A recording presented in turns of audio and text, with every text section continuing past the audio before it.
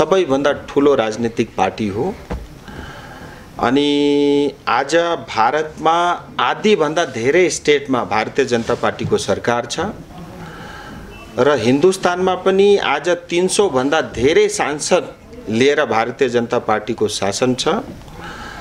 हामी गर्व महसुस गर्छौं किनभने हामीहरुका नेतृत्व गर्ने आदरणीय श्री नरेन्द्र मोदीजी हामीहरुका प्रधानमन्त्री हुनुहुन्छ।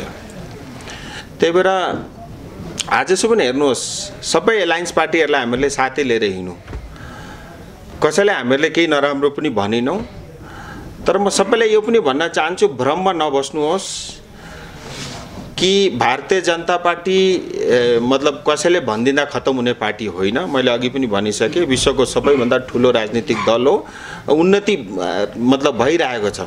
अस्तिका दिन पनि भएको थियो, हिजो पनि हुँदैछ, आज पनि भइरहेछ र आउँदो दिनमा यति पनि म तपाईलाई स्पष्ट बताउन चाहन्छु 2021 मा भारतीय जनता पार्टीको सरकार पश्चिम बंगालमा पनि बनिँदैछ।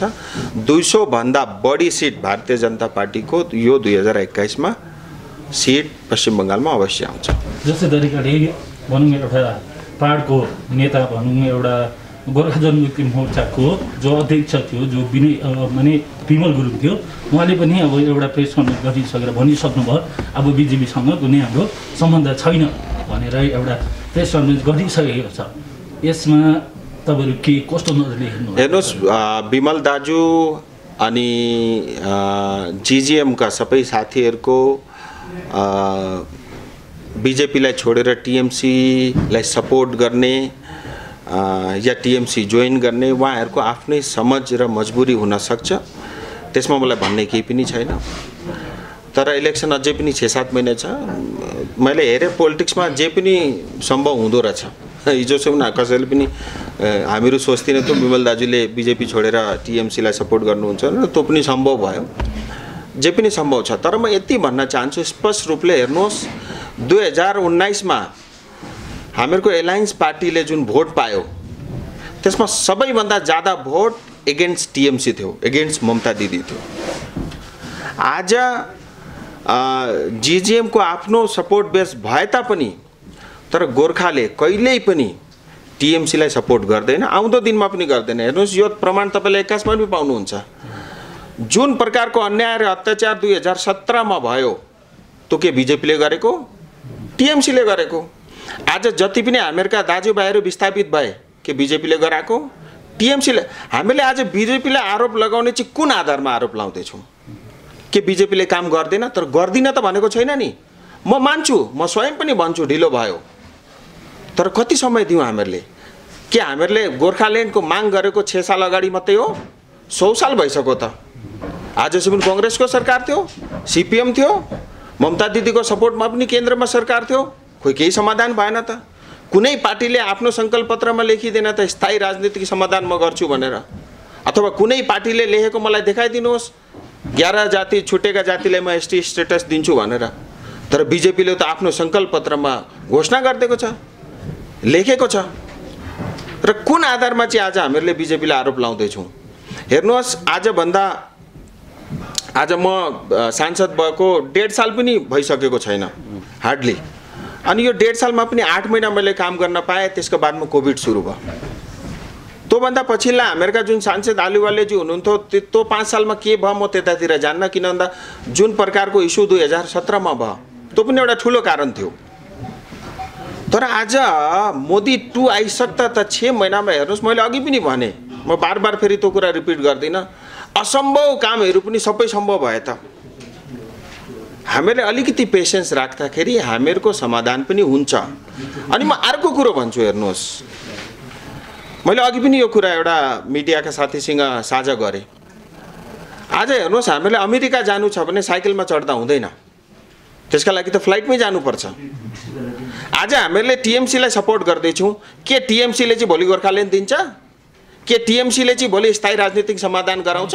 बीजेपीले दिन्छ गोर्खाल्यान्ड? म आउँदै छु, म तपाई मेरो उत्तर पूरा सुन्नुहोस्, फेरि प्रश्न गर्नुहोस्, मलाई केही पनि आपत्ति छैन। के टीएमसी ले चाहिँ गोर्खाल्यान्ड दिन्छ? के टीएमसी ले चाहिँ स्थायी राजनीतिक समाधान गर्छ? स्पष्ट रूपले भनेको छ त गर्दिन भनेर। तर बीजेपीले त आफ्नो संकल्प पत्रमा तोकेको छ म स्थायी राजनीतिक समाधान गर्छु भनेर। गोर्खाका प्रति म इमान्दार छु भनेर बार बार हामीहरूको शीर्ष नेतृत्वले भन्नुभएको छ। अझै के प्रमाण चाहियो? एउटा पार्टीले विरोध गरिरहेको छ उसको चाहिँ हामीहरू सपोर्ट गर्ने अरे, जुन पार्टीले हामीहरूको सपोर्ट गर्दै उसको चाहिँ हेर्नुहोस्, म फेरि पनि भन्छु, म आफै बिजेपी भएर यो कुरा भनेको होइन, तर म कुनै पनि आधार देख्दिनँ बिजेपीलाई दोषारोपण गर्ने चाहिँ, कुनै पनि आधार देख्दिनँ। अनि एउटा हेर्नुहोस्, म एउटा सांसद हुँ, मसँग जति क्षमता र जति म सक्षम छु, जति क्यापेबिलिटी मसँग छ, ती सबैलाई लिएर 8 महिना तपाईँ ट्रेक रेकर्ड हेर्नुहोस् न, 17वटा सांसद हुँ म दार्जिलिङको। तर ओन रेकर्ड तपाईँहरूले हेर्नुहोस्, हामीहरूको जति पनि इस्युज होस्, मुद्दा होस्, जहाँ राख्नुपर्छ जसरी राख्नुपर्छ छाती ठोकेर राखिरहेको छु। किनभने राजु बिष्टलाई दार्जिलिङको एउटा यहाँको लोकल पोलिटिक्ससँग केही इन्ट्रेस्ट छैन। यहाँ मलाई न जिटिएको चेयरम्यान बनिनु छ, यहाँ कुनै म्युनिसिपालिटी चेयरम्यान मलाई बनिनु छ, त्यही भएर मेरो आफ्नो स्वार्थ केही पनि छैन। निस्वार्थ भावले गोर्खाको उद्धार होस्, किनभने गोर्खा जातिले धेरै यो देशका लागि त्याग र तपस्या गरेर आएका हौँ। हामीहरूका पुर्खाले धेरै रगत यो देशका लागि बगाएका छन् र त्यसको फलस्वरूप जुन हामीहरूको आज स्थिति हुनु पर्थ्यो त्यो स्थितिमा हामीहरू छैनौँ र गोर्खाको व्यापक रूपमा उद्धार होस् त्यसका लागि म लागि परेको छु। म छोड्दिनँ। अझै पनि 3.5 साल मसँग छ। म छाती ठोकेर प्रेस मिडियाको सामनेमा भन्दैछु, 3.5 सालमा म केही न केही समाधान गरेर देखाउँछु। केही न केही हामीहरूको जति जुन हामीहरूले आज मुद्दाको कुरा गर्छौँ त्यसको समाधान अवश्य भएको हुन्छ।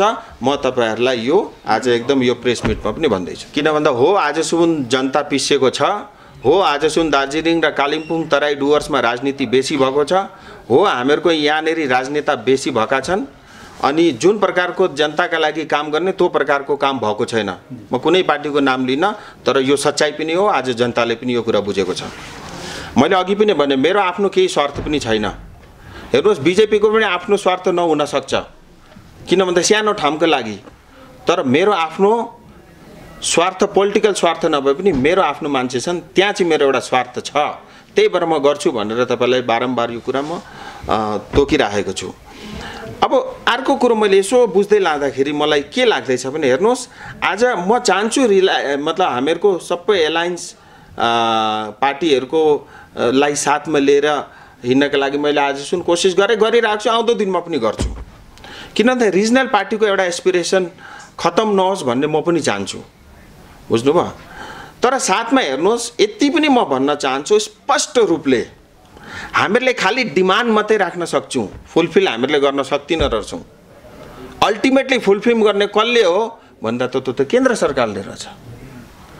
र हामीहरूले केन्द्र सरकारको हात चाहिँ बलियो बनायौँ भने हामीहरूको त खाँचो पनि छैन आज। तर भए पनि आज हामीहरूले मोदीजीलाई जति पनि सपोर्ट गर्दा त्यसले देशलाई पनि ताकतवर बनाएको छ र हामीहरूले पनि मोदीजीको हात मजबुत गरायौँ भने हामीहरूको पनि समाधान हुन्छ है। त्यसका लागि मैले गिभ एन्ड टेक भनेको होइन, यो कुरा त हामीहरूले तोकेको छौँ, त्यो त हुन्छ नै हुन्छ। हामीहरू साथमा यो पनि त चाहन्छौँ कि हामीहरूको देश पनि त बलियो, देश चाहिँ कमजोर होस्, हामीहरू कसरी बलियो हुन सकिन्छ? हेर्नुहोस् त, देश पनि त मजबुत हुनु पर्यो। त्यसका लागि त आज भारतीय जनता पार्टी काम गरिरहेको छ। मलाई प्रमाण दिनुहोस् न कुनै पार्टीले काम गरेको छ भने। आज तपाईँहरू भन्नुहुन्छ, हेर्नुहोस्, चिया बगानका श्रमिकहरूले मिनिमम वेज पाएनन्। कति साल भयो हामीहरूले गएको भाषणमा के अरे त्यो टेबल ठोकी ठोकी भाषण दिने नेता त कति आए कति गए, आज पनि आइरहेछन्। तर आजसम्म कसैले के गर्न सकेन नि त। मैले त चुनावमा भनेको थिएँ, मलाई थाहा पनि थिएन कति भव्य कति ठुलो काम गर्नुपर्छ भनेर। मलाई 1.5 साल लाग्यो। त्यो कमिटीमा बारम्बार मिटिङ एटेन्ड गरेर कोभिडका समयमा पनि हर हप्ता 2 दिन मिटिङ एटेन्ड गरेँ मैले। एटेन्ड गरिकन प्लान्टेसनका लागि अलग्गै च्याप्टर बनाइकन प्लान्टेसन लेबर एक्टमा एमेन्डमेन्ट गरिकन 1951 लेबर एक्ट पिएलए एक्ट खत्तम गरिकन आज त्यो कानुन हामीहरूको लागि पारित भयो त। अहिले त्यसको रुल्सहरू बनिँदै थियो, 2-4 महिनामा अब त्यो इम्प्लिमेन्ट हुन्छ। त्यो इम्प्लिमेन्ट हुँदा के हुन्छ, हामीहरूका जति पनि चाय बगानमा काम गर्ने श्रमिक हामीहरूका आमा बुबा जनता हुनुहुन्छ, उहाँहरूले मिनिमम वेज पाउनुहुन्छ। उहाँहरूले सोसल सेक्युरिटी को अन्तर्गत उहाँहरूले पेन्सन पाउनुहुन्छ। अर्को चिया बगानमा ठाउँ-ठाउँमा जग्गा-जग्गामा हेर्नुहोस् आज के छ भने इएसआई अस्पतालहरू छैन। अब यो कानुन पारित भयो त्यसका बादमा इएसआईका अस्पतालहरू खोलिन्छन्। यी सबै सुविधाहरू ग्रेच्युटी पाउँछन्, बोनस पाउँछन्। आज के छ भने कुनै पोलिटिकल पार्टीको पछाडि लागेर नमस्ते गर्नुपर्छ, ढोक गर्नुपर्छ है। त्यो त हामीहरूको लागि एउटा कमन हामीहरूले फेसिलिटी पाउनुपर्ने हामीहरूको एउटा अधिकार हो नि। त्यसका लागि किन बारम्बार कसैलाई सघाउनु, कसैलाई हात जोड्नु? आउँदो दिनमा त्यो गर्नै पर्दैन। यी सबै कामहरू हुँदैछ। पर्मानेन्ट पोलिटिकल सोल्युसन भन्यो भने तपाईँहरूको भन्नुहुन्छ नि, मतलब त्यो स्ट्यान्ड के हो? जिटिए मतलब गोर्खाल्यान्ड होइन नि, तपाईँ separate state, union territory, 6 schedule otherwise एउटा तो केही ऑप्शन भन्ने भने जनताले खोज्छ नि। दादा एक बात बताओ, 1.5 साल से आप मुझे पूछ रहे हो, ठीक है, पूछ रहे हो ना, ये पहली बार तो नहीं पूछ रहे हो। मैं आपको क्या बता रहा हूँ, हमारी पार्टी कमिटेड है, गंभीर है, उस दिशा में काम चल रहा है। समय आने दीजिए, थोड़ा पेशेंस रखिए, क्योंकि ये जो है जब भी होगा वो आपको पता चल जाएगा। हामीले सोच्छु होला बीजेपी कमजोर छ, तर बीजेपी कमजोर छैन। पश्चिम बंगालमा धेरै बीजेपी को ताकत बढेर गएको छ, पहाडमा पनि धेरै जनसमर्थनहरू छन्, तर आज तो भिजिबिलिटी देखिँदैन। किनभने आज सुन बीजेपी म स्वयं मैले भन्छु हामीहरू अलिक सानो भएर बस्नुपर्छ, अगाडि अरूलाई अगाडि राख्नुपर्छ।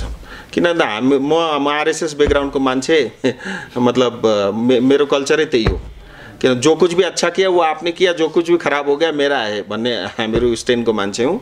मैले त्यसरी नै आएछु। हेर्नुहोस्, कसैलाई केही नराम्रो नभनिकन 1.5 साल मैले सबै एलायन्स पार्टी धेरै मेरो इच्छाहरू थियो गर्ने, तर कस्तो कस्तो परिस्थिति आएर सबै थाहा छ नि। आज गर्न चाहँदा पनि त्यसको त्यो खालको माहौल मैले पाइनँ।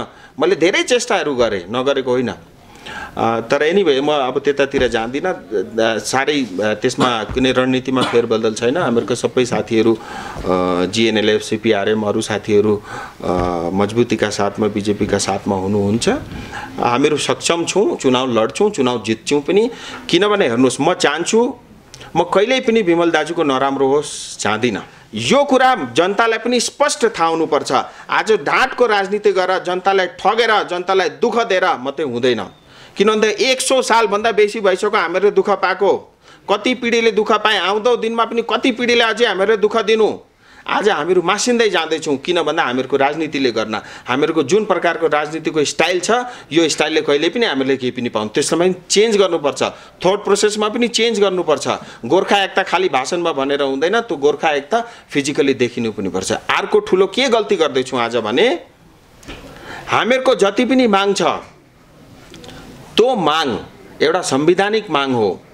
त्यो माग संविधानले मात्रै पूरा गर्न सक्छ। हामीहरूको माग संसद भवनमा मात्रै त्यसको समाधान हुन सक्छ र हामीहरूको मागको पूरा गर्ने अधिकार र सक्षम खाली केन्द्र सरकार छ। अरूलाई सघाएको कारण चाहिँ के, मैले अघि पनि भने, यो कुरा जनतालाई पनि म चाहन्छु स्पष्ट थाहा भएको हुनुपर्छ। अरू मान्छेले जे भन्दा पनि अब हेर्नुहोस्, आज जनता पनि एकदम सबैले कुराहरू स्पष्ट रूपमा बुझ्दै जानुभएको छ। अब ढाँट्ने राजनीति गर्दा धेर चल्दैन। अब साँचो राजनीति गर्नुपर्छ। आफ्नो मनमा जे छ स्पष्ट रूपमा जनतालाई भन्नुपर्छ, जनताले बुझ्छ। मैले हेर्नुहोस् बारम्बार यो कुरा भन्दैछु, हामीहरूको बीजेपीको एलायन्स दार्जिलिङ हिल्स, तराई र डुवर्सको जनतासँग हो, कुनै पोलिटिकल पार्टीसँग होइन। बुझ्नुभयो नि। अब कोही छोड्दैछ, कोही आउँदैछ, त्यसले केही फरक पर्दैन। म उभिएको छु नि यहाँनिर 24 दिन त म छँदैछु नि चौकीदार।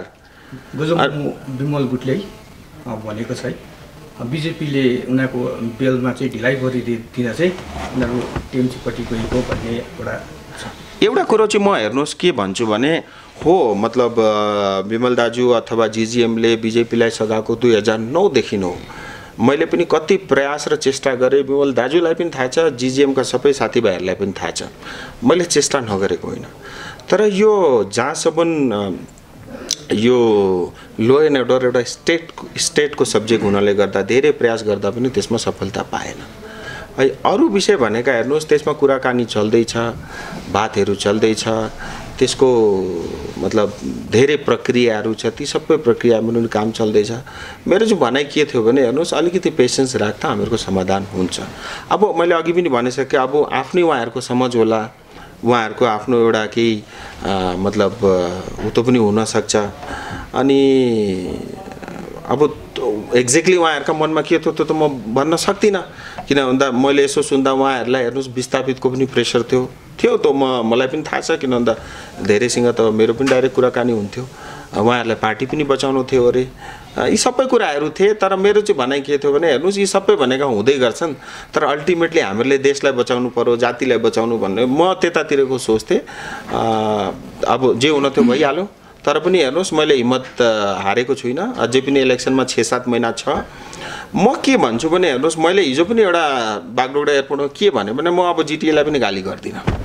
म किन गाली गर्थेँ जिटिएलाई भने 2017मा जुन प्रकारको काण्ड भयो र जुन प्रकारको सपोर्ट टिएमसीलाई गरेँ, म त्यो कुराले मलाई एकदम ठुलो ठेस पहुँचाएको थियो, किन भन्दा त्यसले हामीहरूका जाति र हामीहरूलाई धेरै मतलब नुक्सान पुगाएको थियो।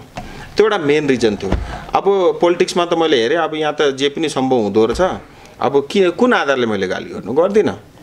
म आज के आह्वान गर्छु, सबै एलायन्स पार्टी छँदैछन्, तमाम गोर्खा, तमाम इन्टेलेक्चुअल, डक्टर, इन्जिनियर, पढा लेखा, बुद्धिजीवी सबै एक हुनुपर्छ। हेर्नुहोस् हामीहरूको जुन माग छ नि, यो एउटा पोलिटिकल पार्टीको काँधमा मात्रै हालेर हुँदैन। एउटा मतलब हेर्नुहोस् 100 सालभन्दा बेसी भइसक्यो, हामीहरू सब एक हुनुपर्छ। हामीहरू सबै एक भएर हामीहरूको आवाज एक भयो भने हामीहरूको समाधान पनि तुरन्त हुन्छ, लगत्तै हुन्छ।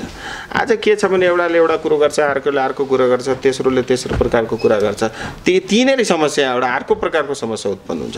माइन्डमा क्ल्यारिटी राखेर हामीहरू एक भएर काम गऱ्यौँ भने सब कुछ हेर्नु, भारतको संविधान त हेर्नुहोस् यस्तो संविधान हो, त्यहाँ सब कुछ पोसिबल छ। जे पनि समावेश गर्छु भन्दाखेरि त्यति सक्षम भएको कन्स्टिट्युसन इन्डियाको हो, भारत देशको। अनि आत्तिनुपर्ने त म केही पनि देख्दिनँ, किनभने हेर्नुहोस् हामीलाई समाधान चाहियो भने त्यसका लागि समय पनि लाग्छ है। हामीले एउटा मारुति कार त मागेको होइन, मारुति कार मागेको थियो भने त जसले पनि दिइहाल्थ्यो। हामीले मागेको स्थायी राजनीतिक समाधान ठुलो हो, त्यो हामीलाई थाहा छ के मागेको हामीले। त्यही भएर स्थायी राजनीतिक समाधान ठुलो हो, समय लाग्छ, त्यसका लागि समय दिनुपर्छ मलाई लाग्छ। केही दिन अगाडि माकपा पार्टीले दार्जिलिङमा मार्क्सवादी कङ्ग्रेस पार्टीले दार्जिलिङमा शक्तिशाली स्वायत्त शासन लागू हुनुपर्छ, त्यो नै पिपिएस हो भनेर चाहिँ भनेको थिएँ। त्यसमा के छैटौँ हेर्नुहोस् उहाँले के कमेन्ट गरे त्यसमा मलाई केही रिप्लाई दिनु छैन। जनताले के सोध्यो, म कुन पोलिटिकल पार्टीले के भने त्यसका म टाउको दुखाउँदिनँ। अनि अन्तिम प्रश्न, तपाईँको नजरमा पहाडको सबैभन्दाखेरि फ्याक्टर कसलाई मान्नुहुन्छ? कस्तो फ्याक्टर? अनि राजनीति उयसमा जनताभन्दा ठुलो डरलाग्दो फ्याक्टर यहाँ केही पनि छैन। हेर्नुहोस् यो सबै राजनीतिक दल र राजनीतिक नेतालाई जति चाँडो थाहा हुन्छ नि त्यति राम्रो। जनता सबैभन्दा ठुलो फ्याक्टर हो। आजसम्म जनतालाई हामीहरूले त्यो फ्याक्टर कन्सिडर गरेका छैनौँ र हामीहरूले आफ्नो राजनीति सुविधाको राजनीति गर्दैछौँ। जनताभन्दा डरलाग्दो फ्याक्टर केही पनि छैन। नमस्कार, जय हिन्द, जय गोर्खा।